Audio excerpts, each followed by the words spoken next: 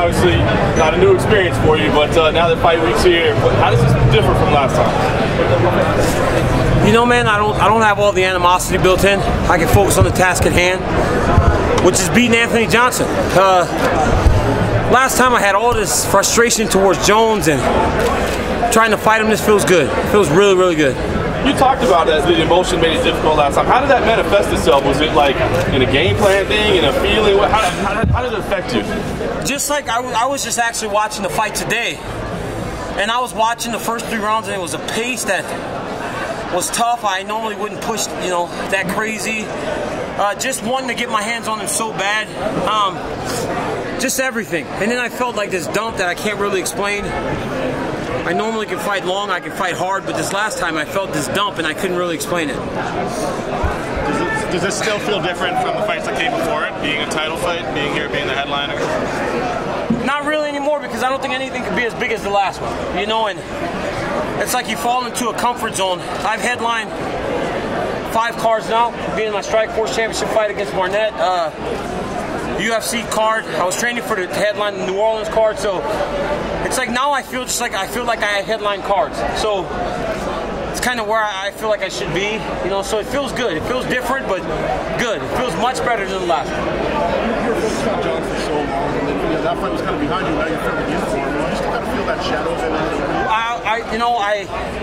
After the fight with Jones, I almost felt like a weight was lifted off my shoulder when I left here January 4th. I was like, you know, it didn't work out, but now I can separate myself from this guy. And then the positive test came week afterwards, so now we're tied together again. And then okay, that goes back, and then this happens. It's like now I'm back tied to him. It's like I cannot separate myself from John Jones. You know, at the end of the day, John will get himself together. And how good would it be for you guys to come back, and then he has to come back in the challenger's role against me? I'll run his ass through the mud. Do you think in this fight you pose more of a challenge for Rumble than maybe Jones does because of what you bring? I don't know, man. Anthony says that, but it's all about matchups. So maybe he felt like he matched up better with John. I don't know.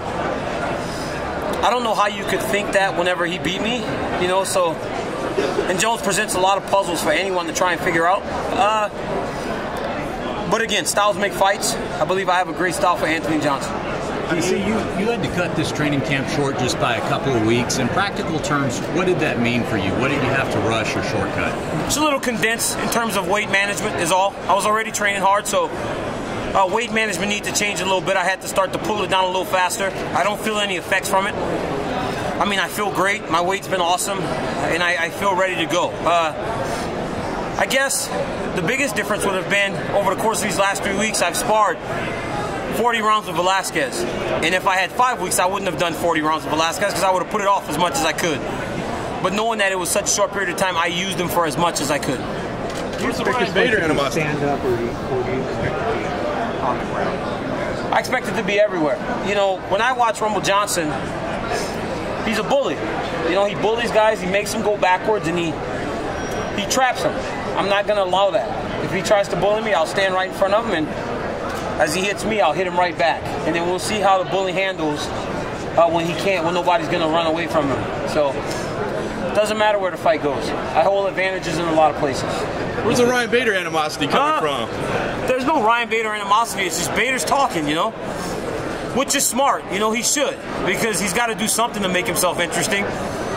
But, Bader needs to sit his ass down and be quiet is what he needs to do. I've got a championship to win over here, and this dude's twittering me.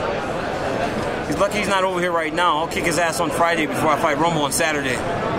When do you actually quit checking social media? Do you keep looking up to the fight, or all the way? All the way. Why not? Fuels me.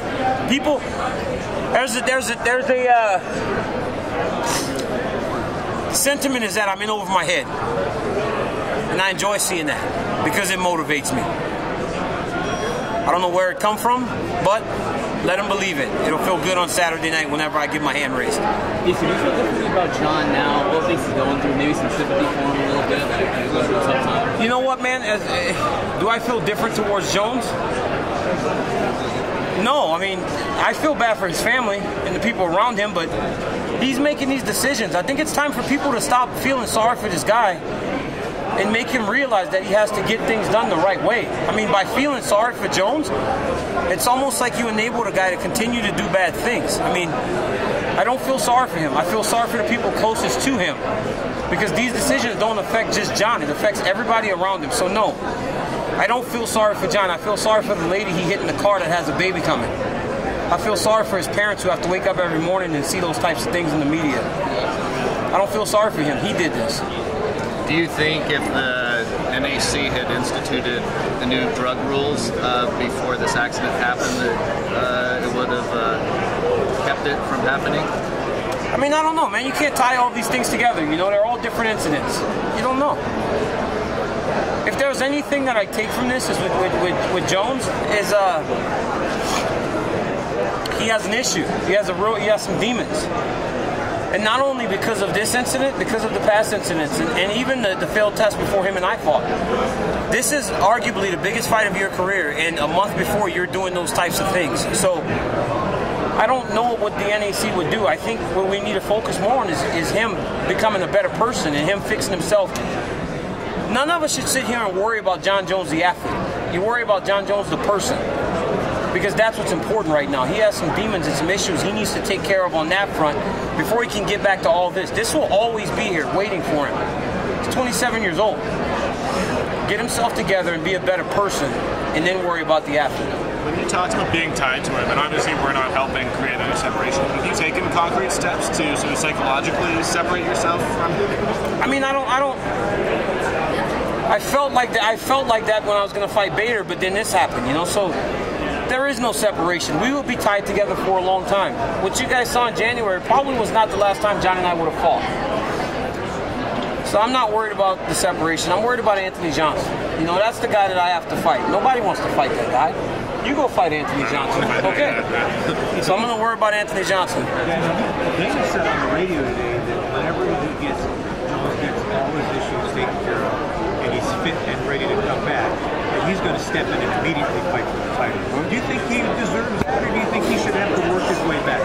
100% deserves a title shot. If it's not too long. If John's gone for a year and a half, is it fair to John to stick him right back into a championship fight with whoever the champion is? I think it's his decision ultimately. If he decides he wants to fight before, let him fight before. He's earned that by defeating 8 different guys in 8 title defenses. But if he decides he wants to fight for the belt right away, yes, he has earned the right to a title shot whenever he wants it. One more question, gang. Last question. You've heard the storyline. Hey, all that Anthony Johnson has to do is land one punch, and all you have to do is avoid the one punch. Is that too simple? I think we're oversimplifying this fight. Anthony Johnson does not need to knock me out to win this fight. He can win this fight a lot of ways. Just as I don't have to wrestle Anthony Johnson to win, I can beat him in a stand-up fight if I need to. But you're right. You know, I hear it over and over. Anthony Johnson has the big power, but where's the technical breakdown? Where's everything else? Everybody's talking about Anthony Johnson's power. Where's everything else? When you break me down, you talk about my power, but you also talk about my wrestling. You talk about my grappling. You talk about my ability to go forward and fight. There's layers. Just having power is not going to be enough to win a fight against me. Maybe it was enough to beat Alexander Gustafsson and Phil Davis and the rest of those guys, but they're not Daniel Cormier. So take it as you want. Power ain't enough. I'm telling you this right now. And if his belief in his power is that strong, great. But I hope he has plan A, B, C, D, E, and F, G, you know? Because I almost forgot my damn ABCs just there. You saw that? If he doesn't have the other levels, he's gonna be in trouble. Thanks, guys. Appreciate it.